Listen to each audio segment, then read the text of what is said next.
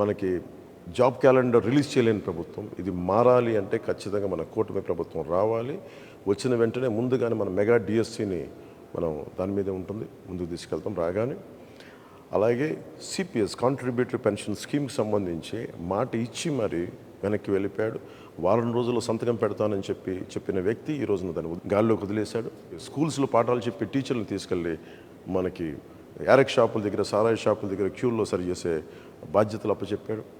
ఇది వారిని మన గురు బ్రహ్మ, గురు విష్ణు, గురు దేవ మహేశ్వర అని చెప్పి మనం గురువుని ప్రార్థించుకునే పరిస్థితుల్లో తీసుకొచ్చి మద్యం షాపుల దగ్గర పనిచేసే విధంగా ఈ ప్రభుత్వం గురువులను అవమానం చేసింది.